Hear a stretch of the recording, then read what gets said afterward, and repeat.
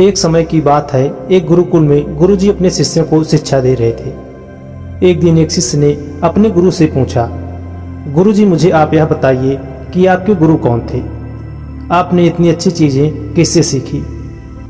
तो गुरु ने मुस्कुराया और अपने शिष्य से कहा कि मेरी जिंदगी में बहुत सारे गुरु थे जिनसे मैंने अलग अलग बातें सीखी है, लेकिन 3 गुरु ऐसे थे जो मेरे लिए मेरी जिंदगी में बहुत खास थे। शिष्य ने पूछा, कौन से 3 गुरु, उनके नाम बताइए। तो गुरु ने कहा, मेरे उन 3 गुरुओं में से एक था 10 साल का लड़का, दूसरा है एक कुत्ता और तीसरा एक चोर है। शिष्य यह बात सुनकर हैरान हो गया और बड़ी ही हैरत से उसने अपने गुरु से कहा कि ये सब आपके गुरु कैसे हो सकते हैं? तो गुरु ने बताया कि जब मैंने नया नया ज्ञान सीखा था और बहुत सारी चीज़ों का मुझे ज्ञान हो गया था, तो मैं हर किसी को ज्ञान देने की कोशिश करता था। तो एक बार मैं ऐसे ही शाम के समय जंगल से गुजर रहा था, तो मैंने एक 10 साल के लड़के को देखा जो अपने हाथ में एक जलती हुई मोमबत्ती लेकर जा रहा था। मैंने उसे आवाज दिया और अपनी तरफ बुलाया। मैंने उस 10 साल के लड़के से पूछा कि बच्चे बताओ, जब तुमने इस मोमबत्ती को जलाया होगा तब यह प्रकाश या रोशनी इस मोमबत्ती में कहां से आई? लड़का थोड़ी देर खामोश रहा और उसने एक फूंक मारकर उस मोमबत्ती को बुझा दिया और उसने मुझसे पूछा कि यह मोमबत्ती अभी जल रही थी। जब मैंने इस पर फूंक मारा तो यह बुझ गई।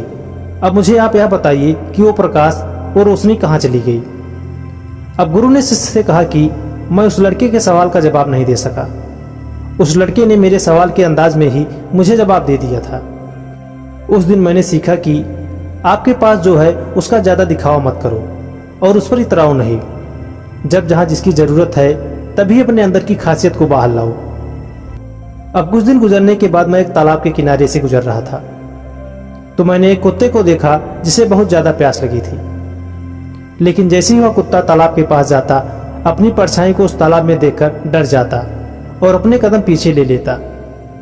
4-5 बार ऐसा करने के बाद उस कुत्ते की प्यास और ज्यादा बढ़ गई और उसने पीछे जाकर उस तालाब में एक छलांग लगा दी और उसने फिर पेट भरकर पानी पिया।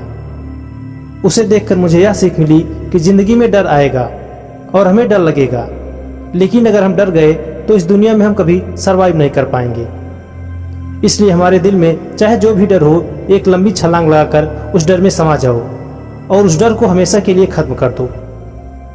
और इसी तरह एक बार मैं रात में किसी गांव से गुजर रहा था, तो मुझे अंधेरे में एक मजदूर दिखाई दिया जो एक दीवार को तोड़ रहा था। मैंने उस मजदूर से रास्ता पूछा और उससे कहा कि आप रात में मजदूरी क्यों कर रहे हैं?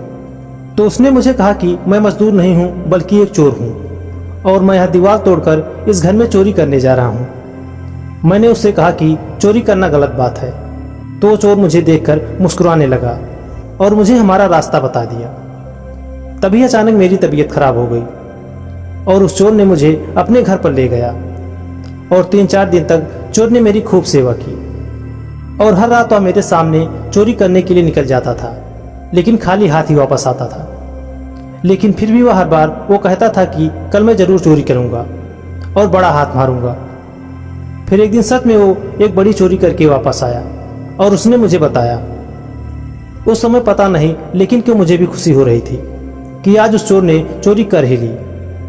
उस चोर से मुझे यह सीख मिली कि हार नहीं माननी चाहिए, कोशिश करते ही रहनी चाहिए। लेकिन मैंने उस चोर से कहा कि चोरी करना गलत बात है।